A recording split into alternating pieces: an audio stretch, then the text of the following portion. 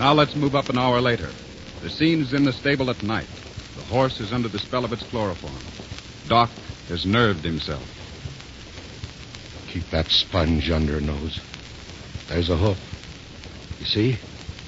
There's a growth just like I said. Everybody out! Everybody out! Turn out that light. But we gotta have light. We can't leave her like that. If you want to land me in jail, somebody catches me doing this, and I'll go to the can. Why? You ain't doing nothing wrong. Everybody out? Anybody there? I got a good mind to scram out of here. What am I doing this for, anyway? Gee, Doc, you can't. How do you expect a man to work in the dark? Oh, he's gone. Turn on the lights again. No, you don't. Oh, wait, I got something here. That battery will go dead any minute. Oh, maybe it'll last. Stand over there and keep turning it where I tell you. No. I can't do it. I can't do it. I'm forgetting how. You can't stop now.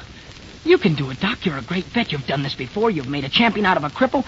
You can do it again. Just try. Come on, Doc. No, I need a drink. Thanks.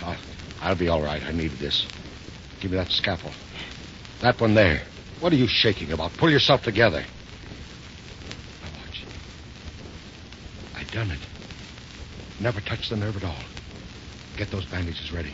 Keep that flashlight going. I can't bandage her in the dark. She'll get an infection. Oh, I'm getting dizzy. What's the matter, Doc? Hey, you can't pass out on me that way. I don't know what to do. She'll die. Oh, listen, God. I don't know the words, but I'm asking you. Let her live. She's so brave and beautiful, and she's all I got.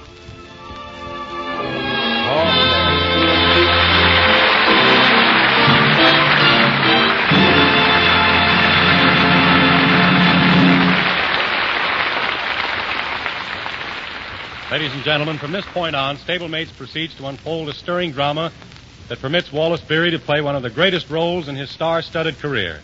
And Mickey Rooney once again shows that he's truly one of motion picture's great actors. To director Sam Wood and producer Harry Rapp, our salute.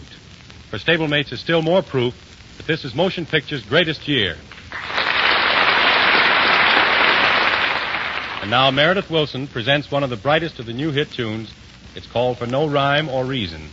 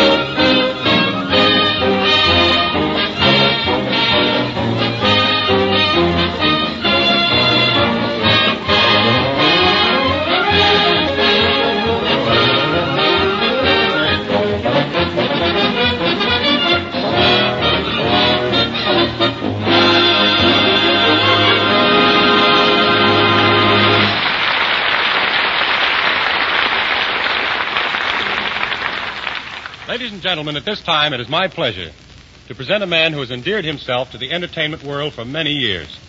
When I say he's one of the screen's finest comedians, a great sport enthusiast, and a grand fellow, I can mean only my good friend, Joe E. Brown.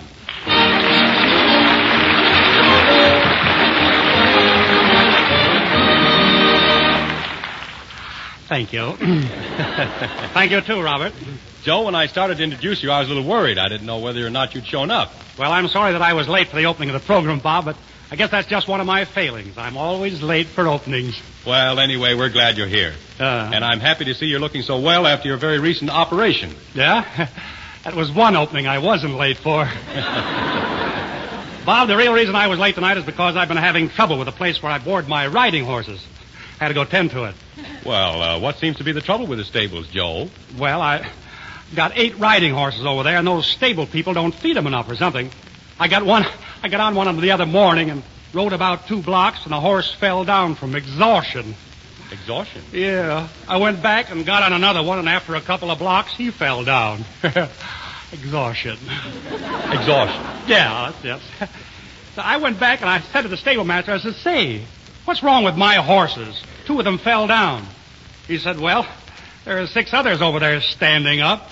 Just try one of the other ones. Take one on either end, but don't take one in the middle. They'll all fall down. Joe, being that you're known as such a great horse enthusiast and the owner of such fine race horses as Murph, KMB, Battling Kate, and others, we'd like to get your viewpoint on the sport of kings. Well, Bob, I know a lot of people look upon horse racing as simply a gambling enterprise. But what most folks don't see is the real sportsmanship in training, breeding, and racing horses. To take a young colt, gosh, raise him, train him, race him, and then have him come in first under the wire, that's a thrill. Not only a tremendous thrill, but it's a real accomplishment. I don't believe in betting on horses. What? Do you mean to tell me you never bet on your own horses either? Well, I don't anymore. No.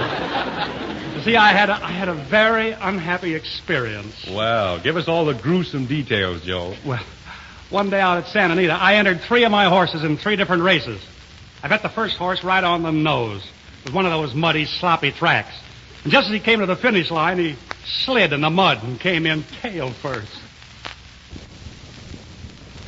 The horse came in tail first? Yeah, horse came in tail first.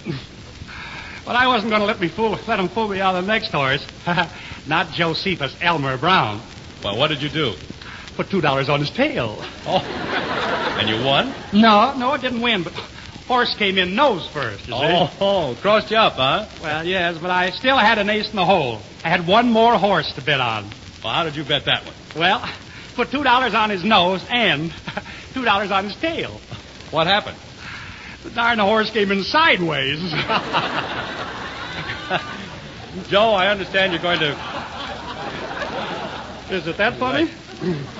You're going to start a new series of your own radio programs soon, is that right? Yep.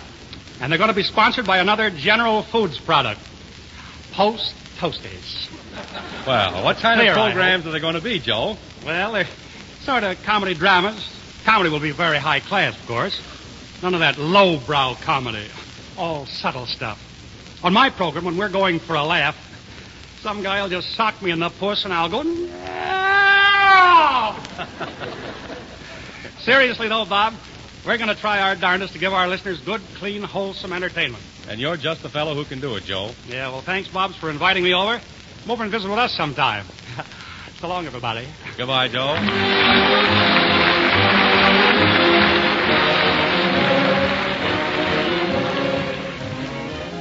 Thank you, Joey Brown.